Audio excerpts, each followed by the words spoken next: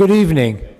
Welcome to tonight's Global Awareness Lecture. My name is Gary Prevost. I'm the director of the Global Awareness Lecture Series. Tonight, we are privileged to again partner with a Upper Midwest and Minnesota-based organization, Witness for Peace, which has worked on issues related to social justice in the Americas over the last 30 years. And it's been a partnership now for more than a dozen years between the Global Awareness Lecture Series and that organization to bring their fall speaker to our campus to make a presentation to you. The focal point of tonight's program is a small Central American country, the one maybe least known to us here in the United States, and that's Honduras, located in the heart of Central America, north of Nicaragua and south of Guatemala. It is a country that sadly has received quite a bit of attention here in the United States, at least in some circles, in recent years. Partly because in 2009, a military coup removed a democratically elected leader, something which many thought had become passé in Latin America, where democracies were largely triumphant from the 1990s forward. That military coup was followed by an increase in political violence and violence connected to criminal gangs. And so today, Honduras and its people suffer through these challenges. Some of you who follow U.S. Latin American affairs more closely know that this is one of the countries from which significant numbers of unaccompanied minors, children, have shown up at the U.S. border in the last 2 years seeking asylum because of the violent conditions in their country.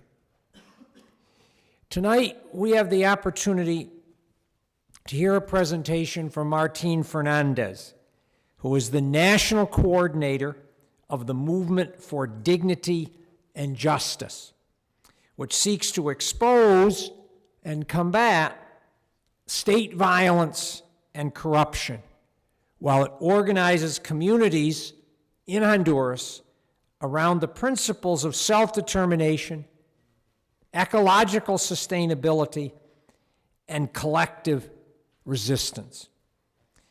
The organization has been routinely subjected to threats and intimidation due to their human rights work.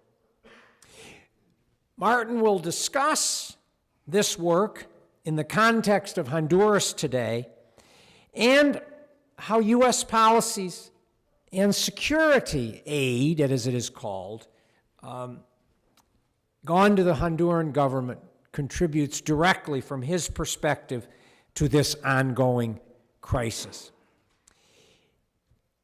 He will present in Spanish. Brian will translate the remarks for you into English for those in the crowd who do not speak or understand Spanish. Some do, some do not, but it'll all be presented to you.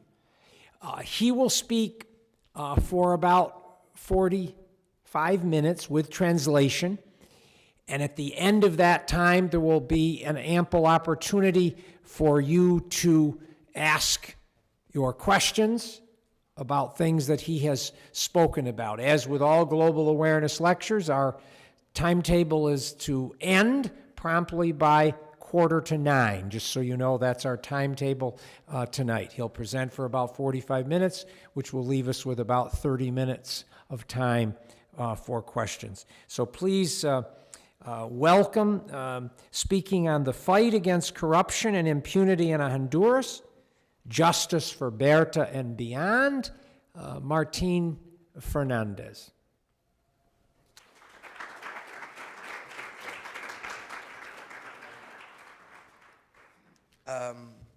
So we're going to hand it over to Martin very, very quickly.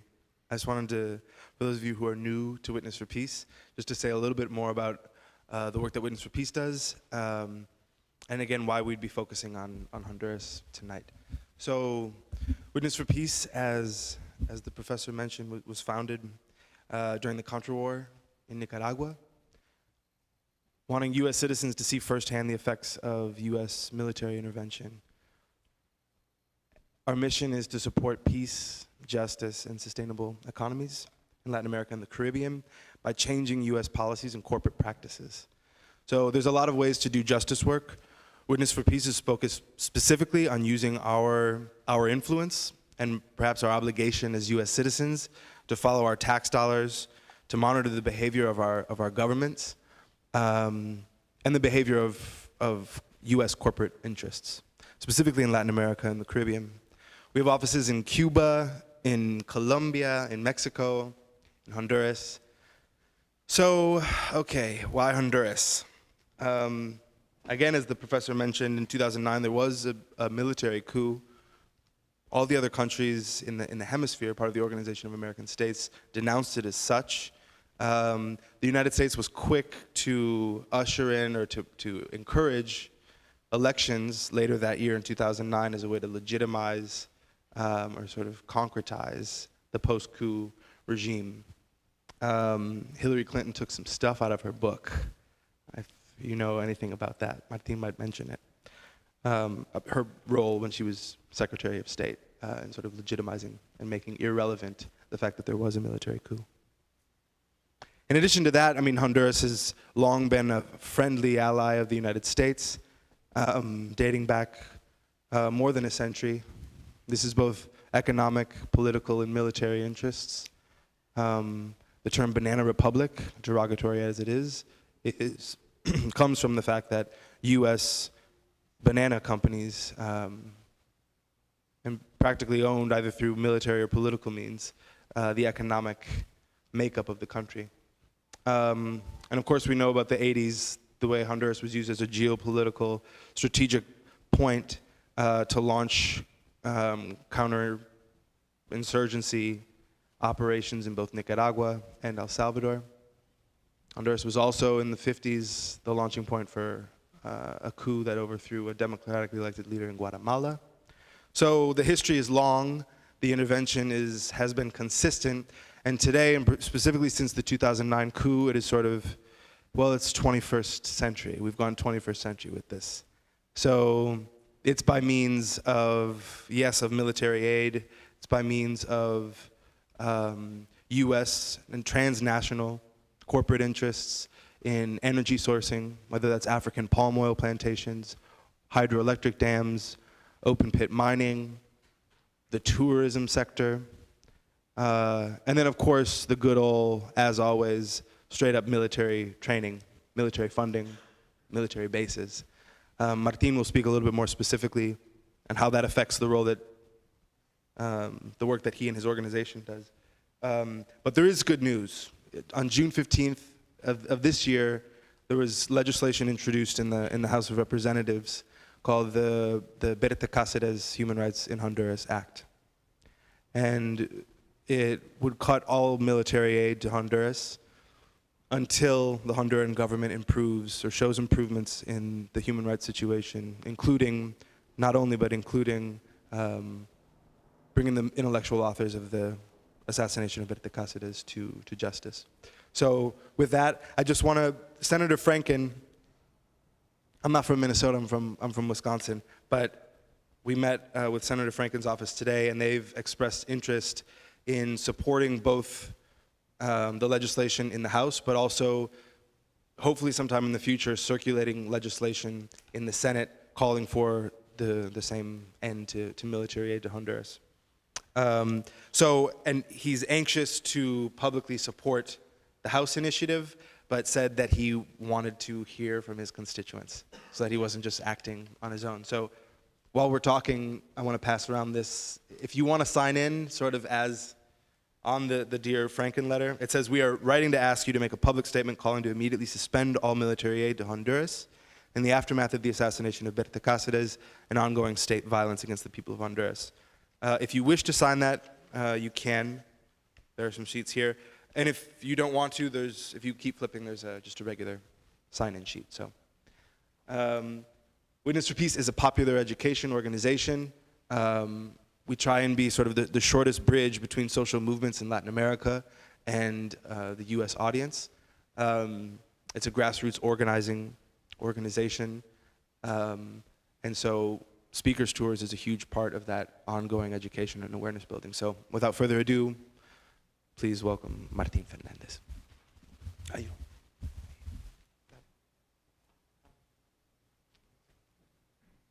Buenas noches a todos y todas.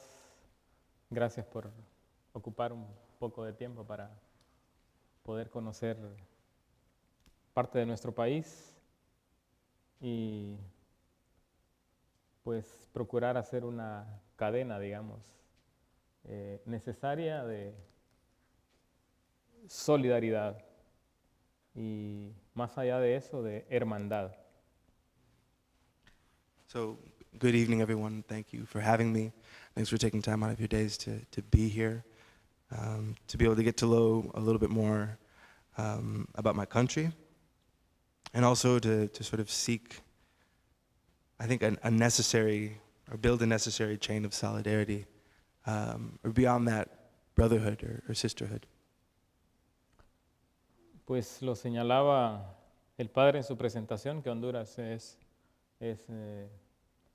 quizá un país desconocido por muchos de ustedes que están acá presentes, pero para la política o para los políticos norteamericanos ha sido un territorio no solamente conocido, sino intervenido y oprimido.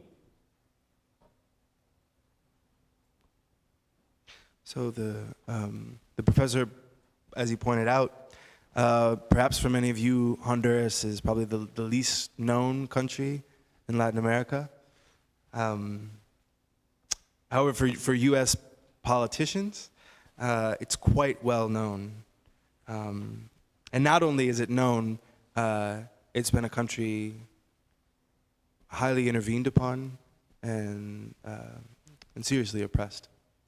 Pero hoy me atrevería a decir que están demandados para conocer nuestra realidad, porque esa realidad instalada en Honduras también tiene que ver seguramente con el bienestar de ustedes o el malestar nuestro, de alguna manera. And so I would venture to say that this initiative to understand more about our reality and to know more about it, sort of a reality that's been imposed upon us, is really, really important. And not just for us as Hondurans, but also for everyone here in the U.S. En el proceso de esta presentación buscaremos todo ese hilo conductor quizá de nuestra problemática, pero también que puede ser su problemática. And so throughout this presentation, we're sort of going to be following the guiding thread for right now is issues that we're facing in the country, but could one day be issues that you all have to face. Muy bien.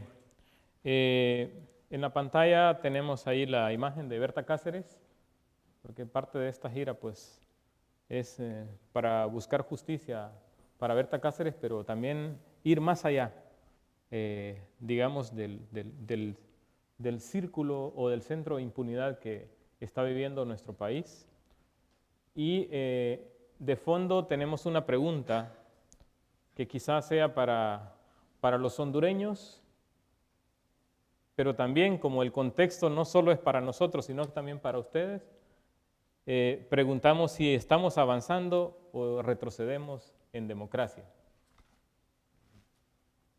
So on the screen is the image of Berta Cáceres, and that was one of the reasons for this tour, to sort of to seek justice in her case, but also to go further than that, to sort of attack the center of impunity that we're living in Honduras. And I think at the base of it all is the question, to ask the question, maybe for Honduras, to ask the question, and it doesn't just have to do with us as Hondurans, but I think for everybody really, is whether or not Honduras is moving towards or away from democracy. Y quiero ofrecer datos para que ustedes tengan como una radiografía de lo que es Honduras hoy y su realidad. So I just want to share a few figures with you, sort of to give you an X-ray of what the reality is like today in Honduras. Estamos considerados como quizá uno de los primeros países más violentos del mundo, sin estar en guerra. So we're considered among one of the most violent countries in the world that's not currently at a state of war. Con 8.5 millones de habitantes. Aparte de eso, con 6 millones de personas viviendo casi entre pobreza relativa a pobreza extrema. And so out of a population of about 8.5 million people, 6 million of which actually live in the country, about 1.7 live in conditions of relative poverty, and the remaining 4.1 in conditions of extreme poverty. En una franca, digamos, desigualdad entre sus ciudadanos, pero que tampoco esta realidad que estamos viviendo hoy nosotros en Honduras no significa que no es la realidad del mundo en general. Hay datos bastante fríos en los cuales entre un 10 y 20% de los habitantes del planeta gozan del 80% de los recursos del planeta. Y hay un 80% de ciudadanos que nos debatimos por el 20% que dejan las grandes corporaciones y la gente rica del mundo. So, I mean, to be frank, I mean, the inequality within our country, yes, it's our reality, but it's not specific to Honduras.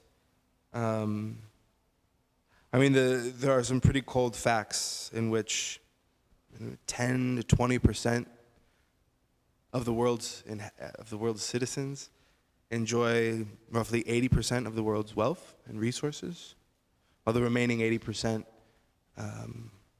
fight over the scraps left to us by the largest businesses and transnational corporations. Igual en Honduras somos, después de Brasil, el país donde es más difícil ser defensor de derechos humanos o defensor del medio ambiente. So only second to Brazil, Honduras is the most difficult place to do human rights defense work, and also defending the environment as well. Pero esta no es un muro de lamentos estar acá. ¿No es un muro de qué? De lamentos, de quejas. Es como una oportunidad para dar a conocer nuestro trabajo como organizaciones defensoras de derechos humanos y como espacios que estamos en un proceso franco de recuperación de nuestros territorios, de nuestra soberanía, arriesgando, si es posible, la vida. So, I mean, it's not all a wailing wall. I think it's an opportunity to contextualize and get to know our work as or like human rights defenders and organizations. As we're involved in a struggle to recover our territory, to recover and to defend our resources, and oftentimes risking, if we have to, risking our lives. Y es así como nosotros nacimos como organización el 2008, después de una huelga de hambre, de un acto de resistencia pacífica, denunciando la corrupción pública y la corrupción del círculo de empresarios y políticos del país.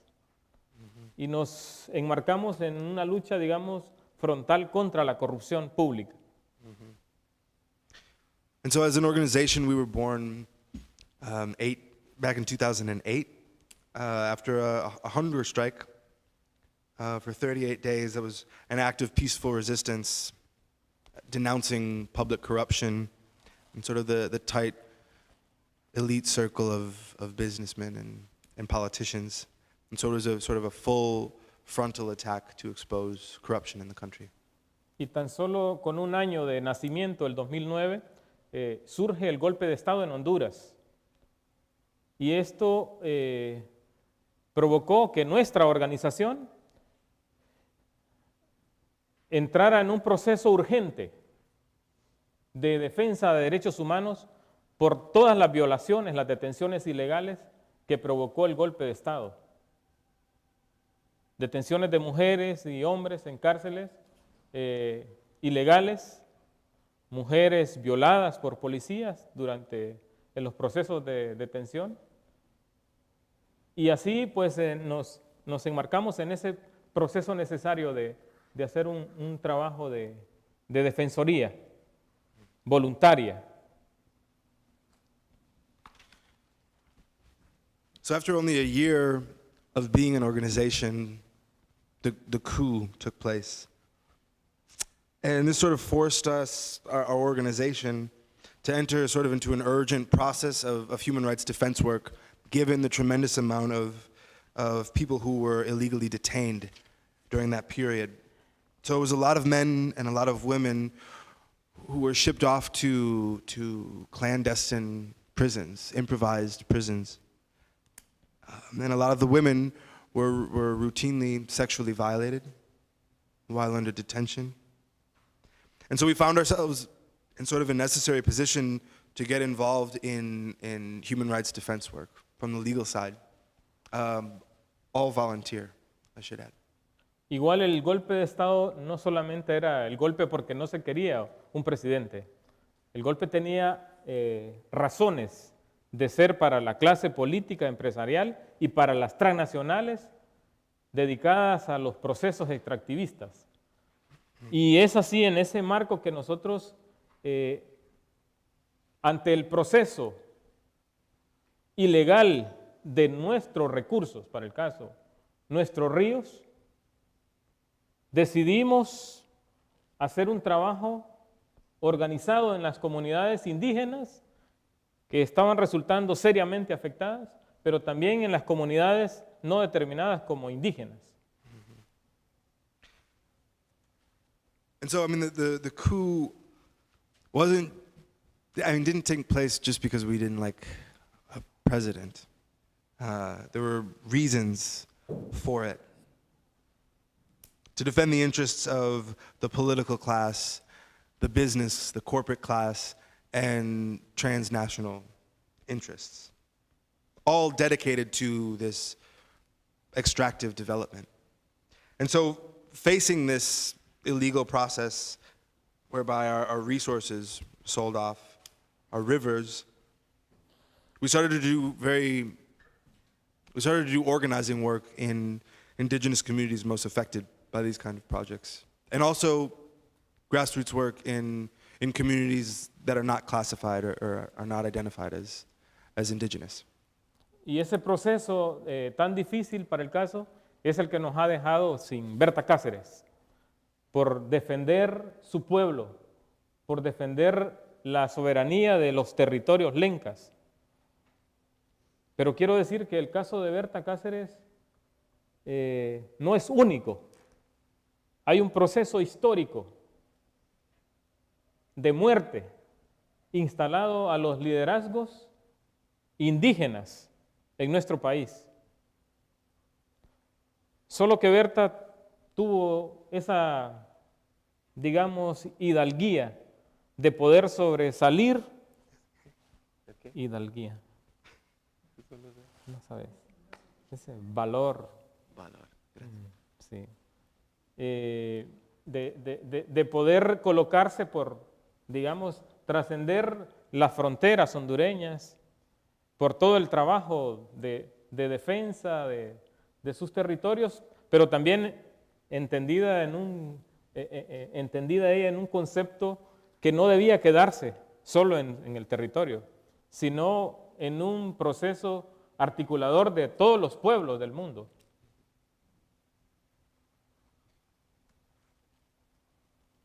So, I mean, throughout this extremely difficult work, I mean, it is this extremely difficult work that caused the death of Berta Cáceres, for defending her people, for defending the sovereignty of Lenca territory.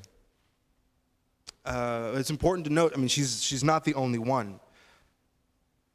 I mean, there's a historic process that has, a process of death imposed upon indigenous leaders in Honduras.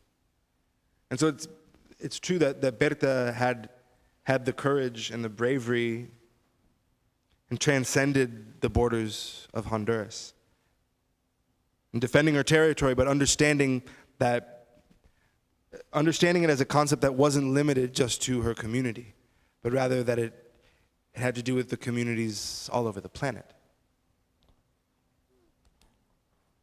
Entonces estamos hablando de un proceso, digamos, un proceso concesionario en Honduras de casi toda nuestra riqueza.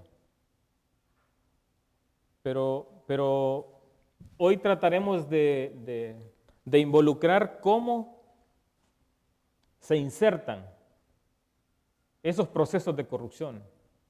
Esos procesos de corrupción son instalados no necesariamente por quienes gobiernan el país, sino por los grandes grupos económicos que dominan el mundo. Y entre ellos aquí aparece, para el caso, sistemas económicos, como el Banco Mundial para el caso, Fondo Monetario Internacional, el BID y otros bancos quizá de Europa, que tienen como propósito arrasar con las riquezas de nuestros pueblos.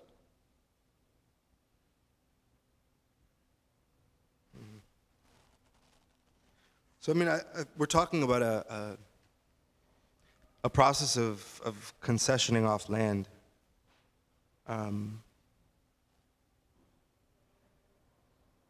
And almost, I mean, basically selling off all of the country's wealth and resources. So we've sort of become involved or the question is how are they able to insert themselves? And of course through a process of corruption, but it's not just by those who happen to be governing Honduras at the moment. Rather, it's the interests of the largest transnational companies and the sort of economic elite around the world. And so that includes international financial institutions like the World Bank, like the IMF, like the Interdevelopment Bank, some European banks, and who offer sort of as their agenda is essentially to take off with all of the natural wealth and resources of our country. Y la política norteamericana, digamos, es pionera. Es pionera de todos estos procesos de corrupción. Es pionera de los procesos de impunidad en nuestro país. Porque tiene un vínculo directo sus políticas. Porque para querer contrarrestar asuntos que asumen que son un problema para su país, como el narcotráfico, como la migración, como el tema de las pandillas, como lo señalaba el padre. Su mecanismo es militarizar nuestros territorios y querernos dar cátedra de cómo se combate la corrupción, de cómo se combate el narcotráfico. Y nosotros desde nuestros espacios de organización decimos, ¿qué moral tienen? ¿Cuál es la ética que tienen para darnos lecciones de cómo nosotros debemos combatir la corrupción o cómo debemos combatir el narcotráfico? Después cierro. So, I mean, in all of this, the U.S. is a pioneer. Its policy, I mean, they're a pioneer in corruption, in impunity. And there's a direct link to U.S. policy and the various ways in which U.S. policy enters our country or intervenes with the idea of solving problems in Honduras. So that's drug trafficking, or immigration, or dealing with the gangs, as the professor mentioned. The solution to all of our problems, from the U.S. perspective, is to militarize the country, to militarize Honduras, and to give us, to help us find solutions to combat corruption, to combat drug trafficking. And so we in Honduras, from our perspective, have to ask, where is your moral high ground? Under what ethic can the U.S. possibly try to give us lessons on how to combat our problems of drug trafficking or corruption? Y voy a poner dos ejemplos. So I'm going to give you two examples. ¿Por qué decimos que no tienen la moral ni la ética para intervenir o querer intervenir en la política de nuestros países o de cómo debemos resolver nuestros asuntos? So, two examples of why the United States and why we say the United States lacks both the moral and the ethic to intervene or try to intervene in the domestic affairs of Honduras. El primero es el combate al narcotráfico. So the first is the fight against drug trafficking. Porque dicen que nuestro país es un tránsito de la droga que viene a Estados Unidos. Because they say that our country is along the route to the United States. Y se han dedicado para el caso a seguir, no estamos a favor del narcotráfico, estamos en contra. Hay que aclarar. So just to clarify, we're not in favor of drug trafficking, we're against it.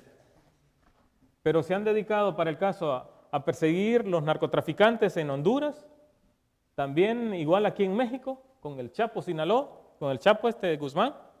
Creo que muchos lo han escuchado.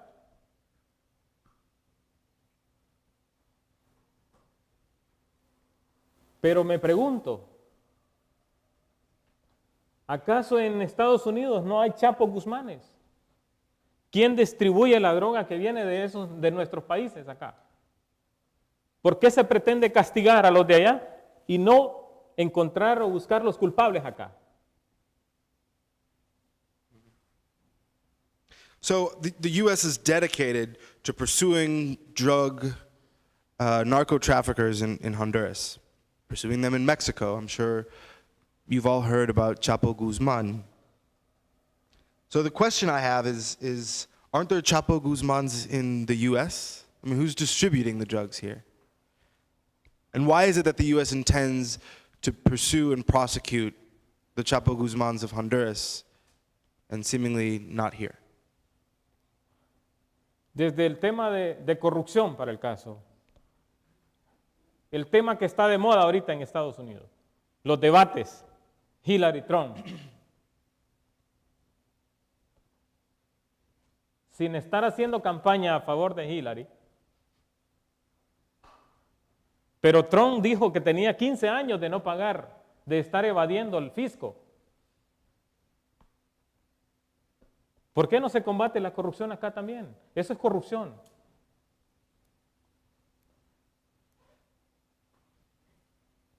So, I mean, to the issue of corruption, seems pretty fashionable here in the United States today, the debates, Hillary versus Trump.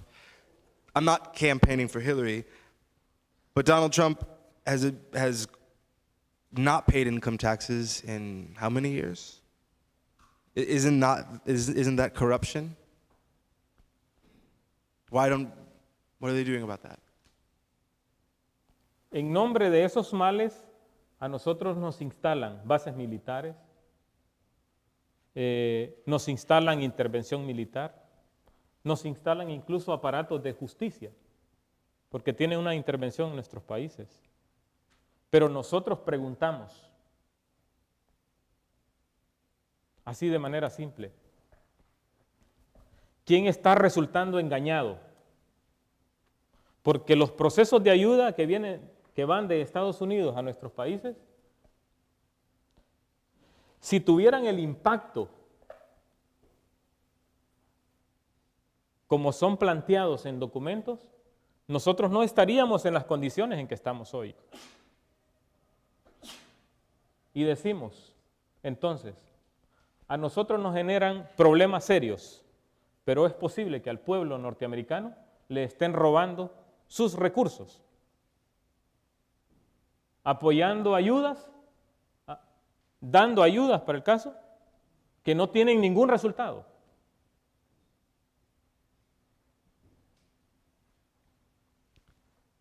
So, for all of the evils that Honduras faces, the U.S. proposes military bases. The U.S. imposes the imposition of outside institutions. The U.S. imposes solutions to our justice system. So the question I have, and to put it simply, is who's being betrayed here? I mean, all of the money that the U.S. sends in the form of aid and assistance to Honduras, I mean, think about it. If it actually had the impact that it says it's going to have on paper, we wouldn't be in the situation that we're in today. We wouldn't be living the crisis we're living. So yes, U.S. policy and U.S. assistance generates a lot of problems in our country, but it's not just that. They're also stealing money from the American public. Taking your resources and financing militarization in a country and not having any effects, none positive. Y voy a seguir conectando quizá con la mentira para ustedes y para nosotros. So I'm going to keep making some connections here of sort of the lie at work, both for us and for all of you. Desde los años 90 se ha tratado, desde Estados Unidos se dijo que se iba a fortalecer el sector justicia de nuestro país. So throughout the 90s, the U.S. Intended to improve the criminal justice, the legal system in Honduras. Pero el 2009 hubo un golpe de Estado y no hay personas enjuiciadas por ese delito. But in 2009, there was the coup. Nobody responsible for it has yet been charged. Hoy sucede la muerte de Berta Cáceres y también continúa en la impunidad su caso. So now we're talking about the assassination of Berta Cáceres. The case is still in impunity, has not been solved. Se sigue escondiendo a los verdaderos responsables, a los responsables intelectuales de su muerte. So I mean, they're going after those truly responsibles, the intellectual authors of her assassination. Y eso tiene que ver con todo el proceso de explotación, de extractivismo implantado desde la banca internacional y desde los procesos de ocupación de nuestros territorios. And this has everything to do with of extractive development, the imposition by international and regional banks that occupy our territories. Es más, después del 2009, antes solo existía una base militar norteamericana. Ahora existen más bases militares. Porque pareciera que el ánimo es de manera absoluta militarizar todo nuestro país, con ocupación de agentes de investigación de la CIA. La conexión de agentes de Colombia, de Israel. Todos los aliados, digamos, de la política norteamericana, lo cual nosotros denunciamos. Que sirva este espacio para eso también, para generar conciencia en ustedes. Que todo ese proceso de intervención para el caso ha servido para oprimir otros pueblos. Desde Honduras en la década de los 80 se combatió la revolución nicaragüense. Se combatió todo el proceso en Guatemala. Se combatió el proceso en El Salvador. Pueblos que tienen la necesidad de ser como ellos quieren, como ellos decidan. Igual nosotros fuimos víctimas también de desapariciones forzadas. Entonces vean que es muy estratégico que ustedes también conozcan nuestro país, no solamente sus políticos, porque quizás es un mecanismo de robarles a ustedes su educación que debe ser pública y gratuita, de robarles quizá los procesos necesarios de salud que deben tener en un país tan rico.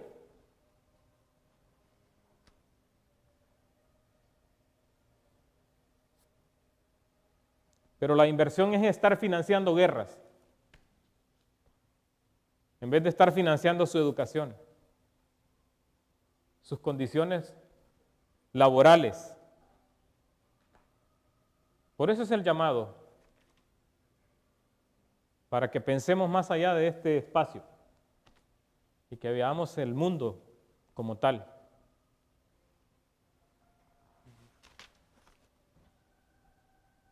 So what's more, I mean, prior to 2009, there was a military base in Honduras. And now there are more. And this is all part of a need to militarize the entire country. I mean, there's the presence of the CIA in Honduras. Strong connections with Colombian military agents. Agents from Israel. These are countries that are strongly allied to U.S. policy, which we strongly condemn. So yeah, this is to generate some awareness and consciousness for all of you. To understand that these policies repress other countries. I mean, in the 80s, Honduras fought against the revolutionary process in Nicaragua, fought against the revolutionary process in El Salvador. People who were fighting because they had the need to decide what their lives were to be. There were forced disappearances in Honduras in the 80s as well.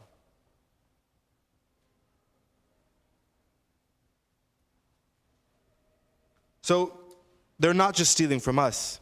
We're not the only losers. They're stealing from you.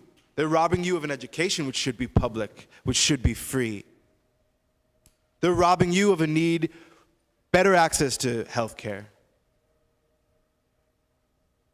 In a country so wealthy, and yet they're financing wars all across the world instead of investing in education, instead of investing in public health care.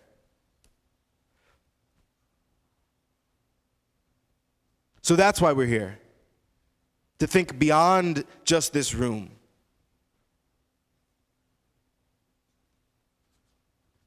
And to reflect a little bit about what's going on in the world that we live in.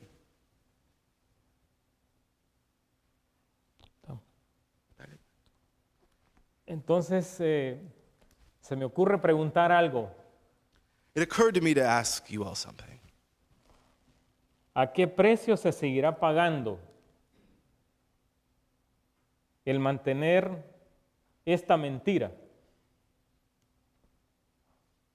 de que Estados Unidos, para el caso, es una sociedad capitalista, pero con ciudadanos, yo creo, con todo el respeto, en condiciones no tan favorables?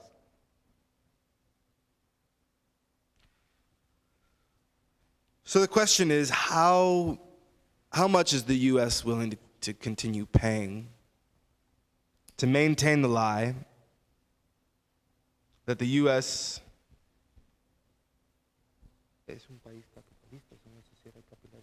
Sí. that the U.S. is a capitalist society, but that its citizens, and with all due respect, are living in less than favorable circumstances?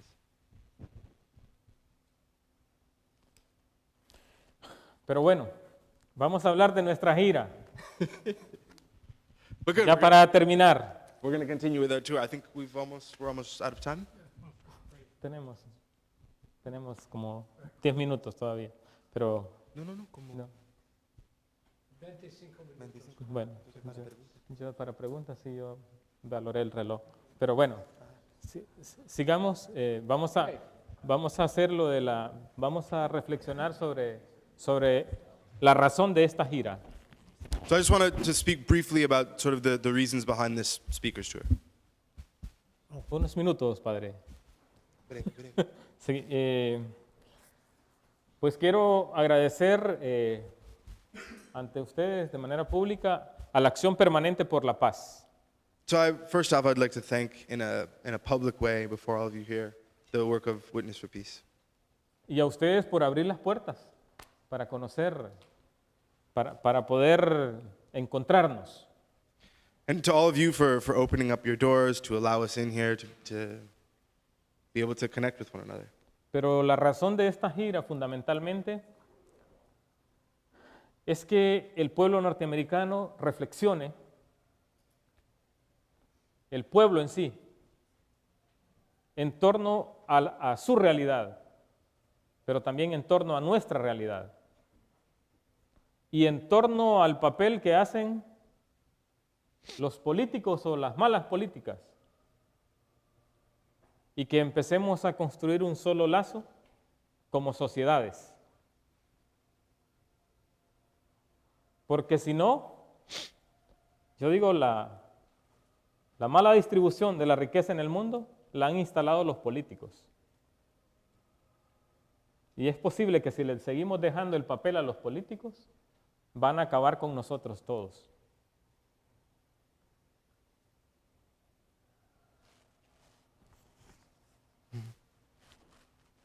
So I mean, at the root of it all, I think the purpose of the tour is so that the U.S. public reflect on the U.S. public about its reality, but not just the U.S. reality, but also, of course, what's going on in our reality in Honduras, and reflect on the role of U.S.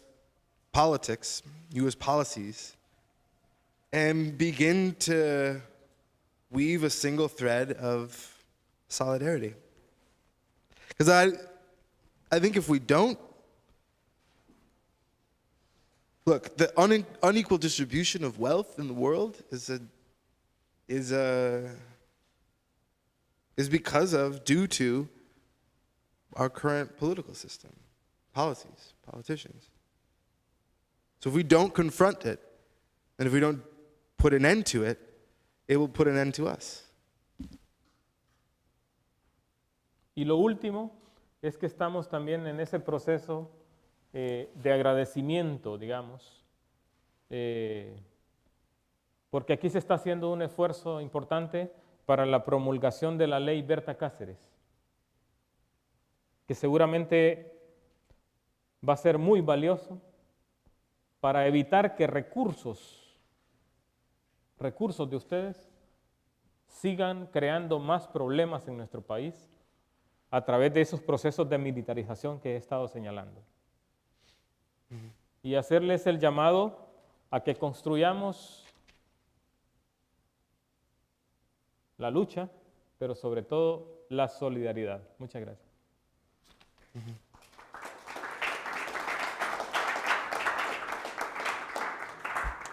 Okay, we're now ready to. Did anybody need a translation? Was I even relevant here this whole time? Do you All right, want it? Do you want it? I'm Okay, ready, okay, I think, to take the questions. Okay? I've got a I was just going to microphone say, if that. people wanted to hear the last translation. Oh, I'm The sorry. last. Yeah. Okay. Okay. So, last but not least, we're also here, sort of in an effort, in a show of gratitude for the work that's being done around the Berta Cáceres Human Rights in Honduras Act. We think it's extremely valuable. It would avoid your government taking your resources to continue provoking instability in our country. All through the whole process of militarization that we were talking about before. So finally, I think it's extremely important that we continue constructing, building the struggle, but more importantly, solidarity. Thank you. Okay, I have a microphone that I'm going to pass around so that it can go on to the, so that he can hear and that it can go on to the tape and the questions can be understood. So I've got a question over here on the right and I'm going to bring it over there.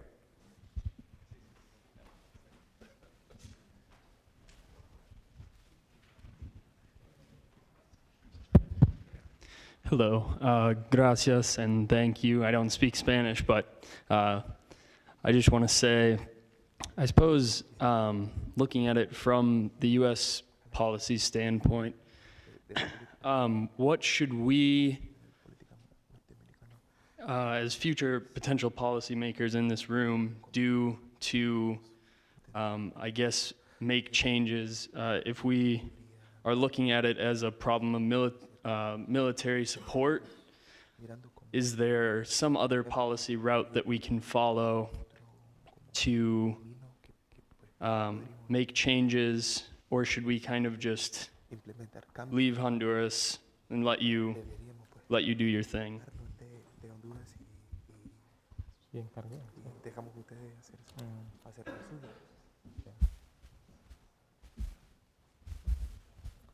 Bueno, interesante la pregunta y procuraré contestarla de manera simple. So it's an interesting question, and I think I'm gonna start in a very simple response. Y la haría así a través de como un ejemplo. Si usted ve que su hermano, su familiar, está en condiciones como las planteadas, en medio de una situación de violencia, en medio de una situación de hambre, que es lo que tiene hambre, que tiene necesidad de educación, que tiene necesidad de una casa, digamos, lo más elemental de los derechos. Usted va a ir a ofrecerle como solución fusiles, balas. Creo que es una manera de contestar.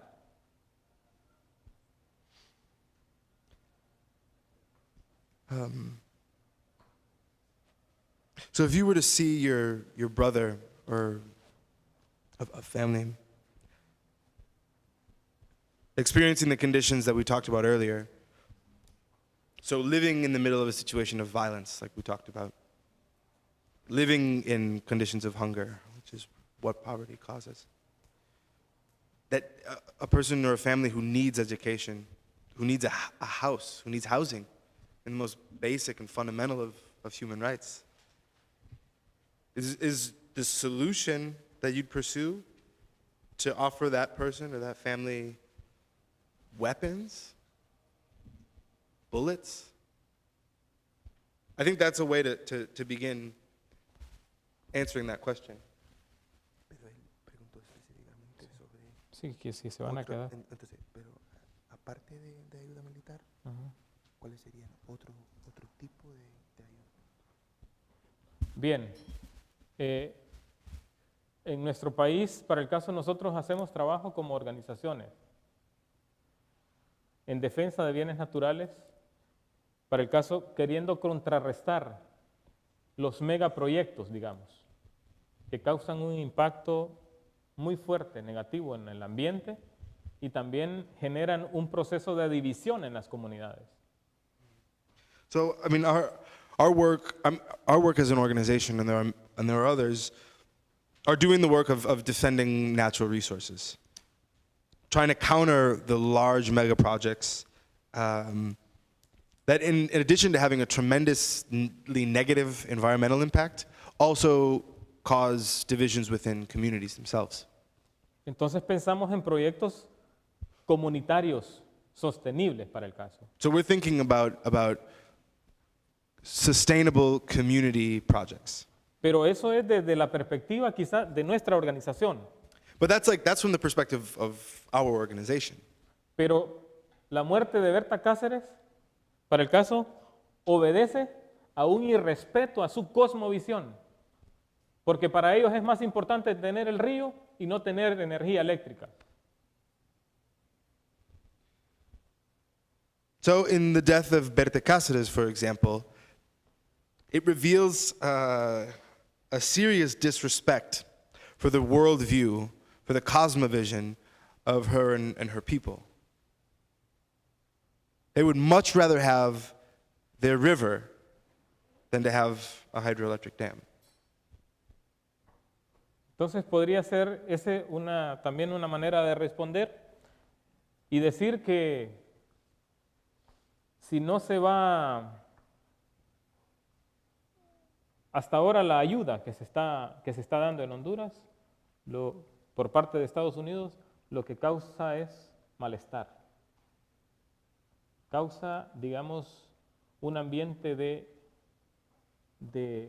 muerte. Entonces, si ese es el mecanismo de ayuda que piensa dar un país, mejor que se retire la ayuda. So, and I think that's another way of addressing the question, which is to say that up until now, U.S. assistance, all that it's caused is the opposite of well-being. It's generated an environment of death. And so if that's sort of the idea of what U.S. assistance looks like, then yeah, better to step back completely. Next question. So, what would you say are the cultural and historical narratives that the United States needs to be aware of in regards to how we deal with you politically and socially, but also what are the social and historical narratives that the Honduran people need to remember so that they can resist and take ownership again of their destinies? A recordar para que ustedes y la sociedad hondureña pueda pues, recuperar su cultura, su historia, para seguir adelante. Bien. Nosotros tenemos un antecedente de dominación histórica. Fueron 300 años de la corona española que nos saqueó nuestros recursos, acabó con los liderazgos, digamos, opuestos al saqueo de nuestros recursos. Pero hoy tenemos, digamos, otro monstruo encima. Y necesariamente lo que nosotros decimos desde nuestros espacios es que nosotros tenemos las capacidades para formular las políticas que realmente ocupamos como nación. El problema mayor ha sido la complicidad. La complicidad digamos, de la política del imperio hoy. Y que somos las víctimas inocentes de sus procesos de dominación. Somos sus víctimas históricas. Lo ocurrido en los 80 es una cosa triste, porque quien se mató fue la sociedad internamente, por la división que se ocasionó entre los bloques socialista y el capitalista. Entonces, nosotros estamos en un proceso franco de recuperación, digamos, de nuestra cultura, del proceso de descolonización urgente, porque está acabando incluso hasta con las semillas criollas. Y eso es un pecado para nuestro país. So, I mean, we have a long history of domination in Honduras.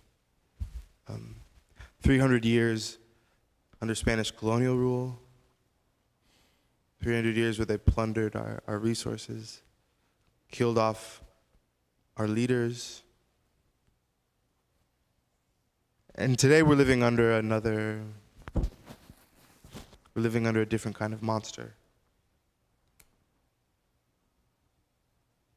But we have the capacity to generate the policies that we lack. We can do that. But it's the complicity of US policy, and we are the innocent victims of it. We're the victims of your policies, your historic victim. So what happened in the 80s was, who they killed was our society from the inside. And that whole fight between the socialist bloc and the capitalist bloc. So yes, we're involved in a process of recovering our own culture, our cultural identity, in an urgent and necessary process of decolonization. I mean, they're trying to do away with our seeds in Honduras. Semillas criollas. With our native seeds. They're trying to replace those. Parece que estamos en una lucha desigual, porque, Maybe it seems like we're in an uneven fight. pero desde nuestros espacios, But Hoy- from our spaces, hoy hemos creado una plataforma, digamos, del movimiento social hondureño we've created a national platform of Honduran social movements que no se opone al desarrollo, that's not opposed to development. se opone a las condiciones o a los procesos de imposición de supuesto desarrollo que va desde otros lugares. What it's against is the conditions, the imposed conditions, the process of imposition of this supposed development coming from the outside. Y gracias al trabajo organizado en Honduras, hay procesos de extractivismo que ya no van. And thanks to the highly organized work going on in Honduras, there are now processes of extraction that are no longer happening. A través de la rota constitución que tenemos y de las rotas leyes, pero también nosotros usamos herramientas para poder ir recuperando parte de nuestra soberanía y la toma de decisiones comunitarias. So despite a broken constitution, despite our fractured legal infrastructure, we've managed to use tools, those same tools, in order to defend our territories and to allow ourselves to make our own community decisions. ¿Alguien más? Someone else? Thank you for being here. You've kind of touched upon my question with the conditionality of some development assistance, especially through the World Bank and liberalizing parts of the economy, and some of the negative effects it has upon environmental issues as well as indigenous and local rights. So I'm wondering if you can discuss a little more on what you as an organization, as a larger part of the civil society movement in Honduras, would like to see from larger institutions like the World Bank, consultation, things like that. Thanks. Quiera ver desde, o sea, cómo sería el involucramiento y el papel de las instituciones financieras internacionales como el Banco Mundial, como el mundo. Bien. Me gusta su pregunta I like your question porque vamos a poder contestar de manera práctica. because I think we're going to be able to answer it in a pretty practical manner. Pues yo considero que puede ser útil los procesos de liberación de la economía. I think it would actually be pretty useful, the liberalizing of the economy.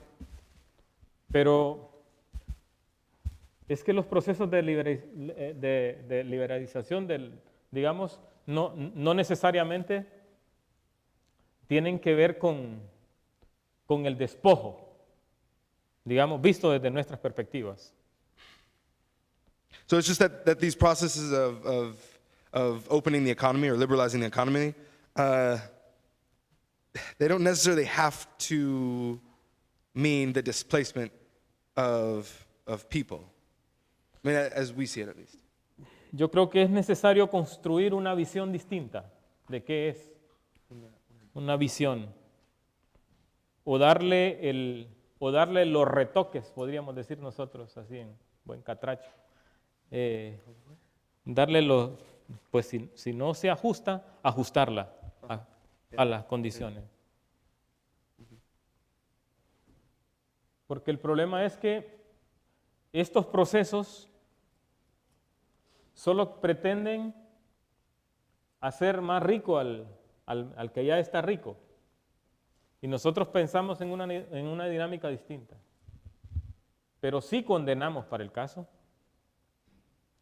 que en nuestros territorios se ha pretendido desarrollar proyectos comunitarios que van a tener un impacto, digamos, en un departamento, para decir algo parecido, como si fuera un estado, digamos, en Estados Unidos. Minnesota, para el caso. Pero los procesos no son posibles, porque hay una condición de oponerse a los procesos en los cuales las comunidades quieren desarrollar sus formas y que podrían ser muy útiles a los procesos económicos. Pero si no rompemos con esa imposición, para el caso, no vamos a poder tener las libertades que realmente requiere la economía, vista desde cada uno de los territorios. Entonces, de manera concreta, en Honduras es más fácil que un empresario que va a ir a respetar todas las leyes, desarrolle un proyecto, a que comunidades organizadas lo desarrollen, solo por la instrumentalización de la economía mundial.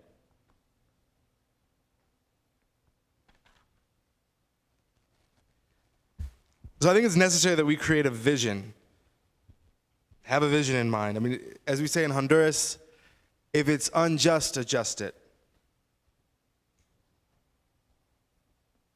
So the projects now, they're only intended really to make the wealthy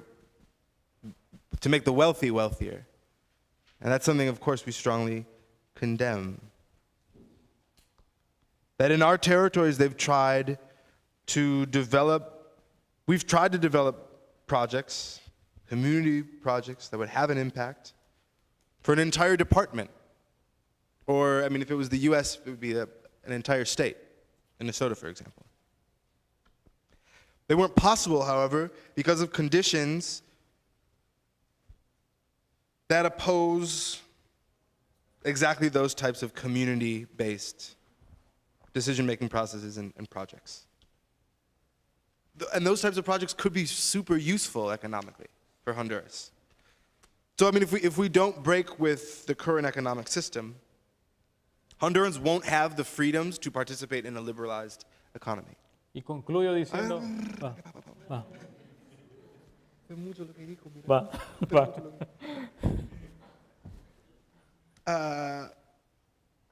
In Honduras, it's easier for a businessman to absolutely ignore and disrespect laws, legal procedures, and develop a project over that of a community-based project. And he's only able to do that by using the instrumentality, the mechanisms of the world economy. Concluyo diciendo, So I'm going to conclude by saying, porque a nosotros nos preocupa globalizar so it worries us, the idea of globalizing, y sobre todo globalizar la economía. and more than anything, globalizing the economy. ¿Por qué no pensamos en globalizar la solidaridad? Why can't we think about globalizing solidarity? Seguramente mañana usted ocupa frijoles acá, nosotros le vamos a mandar frijoles.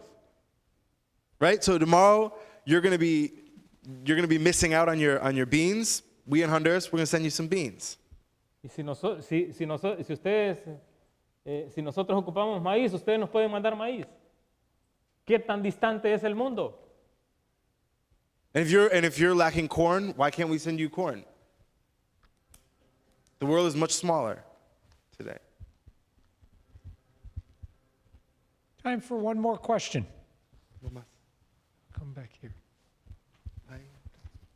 Han sido más profundas las preguntas aquí. No. I'll just make this quick, but with globalization and your fear of globalization, is it just the U.S. that's problematic, or are there other influences Hay también más influencias that negatively affect que tienen un impacto negativo your development? en su desarrollo. I'm gonna- yo voy a responder, o sea, recordarle que ya menciona el Banco Mundial. Vaya, Sí, no, vaya. es que no entendí muy bien la pregunta. La- Que, la- bueno, con su miedo de globalización, Ujú, la liberalización de la economía global, ujú. hay otros actores, aparte de los Estados Unidos, de que se preocupan en Honduras. Entonces hay otros países. Que si nos preocupamos por otros. No comprendí tan la No, pregunta. hay otras instituciones o países que tienen un impacto negativo En para, la- para su desarrollo. para las políticas en nuestro país. Bueno, Pero sí, es que ya respondí a eso. contéstale. So I just wanted to. Martina already made specific mention of international financial institutions that are behind sort of, and the mentioning of the European Union.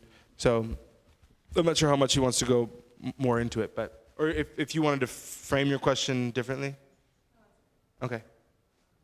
But the way I just to make sure I understood your question, it was aside from the United States, are there other countries or institutions that have negative impacts in terms of Honduras-based and led development? Okay. Entonces, en el caso que se retira toda la militarización proveniendo de los Estados Unidos, es posible que sería otra institución, otro país, otro poder que reemplazaría el papel de los Estados Unidos. Yo creo que son como temores como infundados en algunas veces, con todo respeto. So I think maybe some of these are like unfounded fears, and with all due respect. Es que hay otras maneras de hacer una incidencia positiva, digamos, en nuestros países. And I think like in our countries, there's other ways to do sort of positive advocacy. El temor mayor lo tiene Estados Unidos. So the U.S. is the country that has the greatest fear Porque no entiende because it doesn't que se puede understand construir la solidaridad. that it can develop and construct solidarity. Nosotros tuvimos, para el caso para lo que está para Estados Unidos y sobre todo para los políticos, porque me parece que los ciudadanos estadounidenses son muy sanos. And I'm really talking about U.S. policy, U.S. politicians, because I assume that that a lot of the American public is quite healthy. Entonces, ya nosotros tuvimos el proceso que revirtió el proceso del ALCA. El ALCA. Pues es una cosa que se creó aquí para el manejo de la economía, no me acuerdo, Alianza de... Free Trade Area of the Americas, ALCA, the Free Trade Area of the Americas. the 90s proposal. Okay, so throughout I mean, we were already sort of in this place during the 1990s with the Free Trade Area of the Americas. Y Venezuela, cuando Hugo Chávez la contrarrestó con el ALBA. Y tuvo... And so, and in Venezuela, Hugo Chavez responded with the creation of ALBA. Y enseñó realmente cómo se puede hacer buena política y hacer actos solidarios con los hermanos que lo ocupan. And so he sort of taught us showed us what good policy could look like, and it was an act of solidarity. Petrocaribe fue un ejemplo para el caso. Petrocaribe was also another example. Sí. Donde se otorgaba 60% de los combustibles a pagarlos concesionalmente por 20 años. Y el 40% de ese dinero iba destinado a educación, salud de la población. Y se creó, para el caso, todo aquel sistema solidario de salud. Pero nosotros tampoco es que estamos queriendo estar en un proceso de esa naturaleza. Nosotros creemos que tenemos las condiciones para decidir y hacer con nuestro país las políticas sin necesidad de mezclar una corriente, digamos, política. Lo pudimos ver hay ejemplos para el caso, lo de Brasil. No necesariamente se alió directamente a las políticas socialistas de Venezuela. Ecuador igual, por otro lado. Hicieron sus procesos. Entonces nosotros podemos hacer nuestros procesos. Pero si seguimos con ese proceso de intervención y de militarización de nuestro país, seguramente vamos a estar en peores condiciones, porque es repetido los ejemplos. So Petrocaribe, for example, was a program in which 60%, or which granted 60% of our oil expenditures in Honduras. We were going to pay 60% for Venezuelan oil for 20 years. The other 40% of what we would have paid for a barrel of oil, 40% of every barrel was going to improve the healthcare system. And so that's how the solidarity healthcare system was created in Honduras. And we're not exactly wanting or pushing for that type of sort of regional policies. But we do want to be able to decide for ourselves what policies we're going to have. I mean, there are other examples too. In Brazil, they were able to basically roll out their own policies in a way that wasn't necessarily directly tied to the Venezuelan project. In Ecuador, they also did that as well.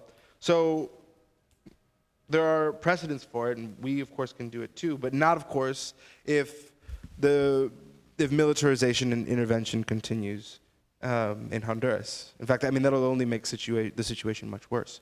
Yo digo que es necesario romper con los miedos, So I think it's very necessary to break with our fears, porque siento que para el caso because I feel like, for example, es una política de miedo que vende el gobierno de Estados Unidos, para el caso, so it's a politics of fear that the United States is selling a sus ciudadanos. to its own citizens. Una campaña de terror It's a terror campaign por todo. Entonces, against everything. esta es una sociedad con miedo So it's a society that lives in fear, y debemos romperlo, and we have to put an end to it porque es un mecanismo de dominación también. because it's also a mechanism of domination. Yo viajé por Brasil, para el caso, internamente en aviones. So I traveled around Brazil a little while ago, traveling domestically by Y no by tenía plane. que andar haciendo lo que vengo a Estados Unidos. And I Cuando did me subo not en have to avión, go around. quitarme todo. Porque todo es miedo. I didn't have to do all the things you have to do here in the U.S. Take my shoes off, my belt, my wallet, and everything. That's all a product of fear.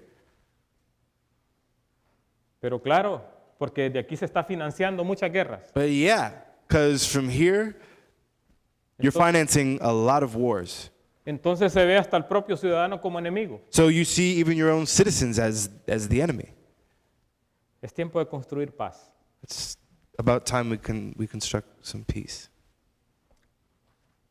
On that note, I think I will thank our visitor and ask you to thank him also.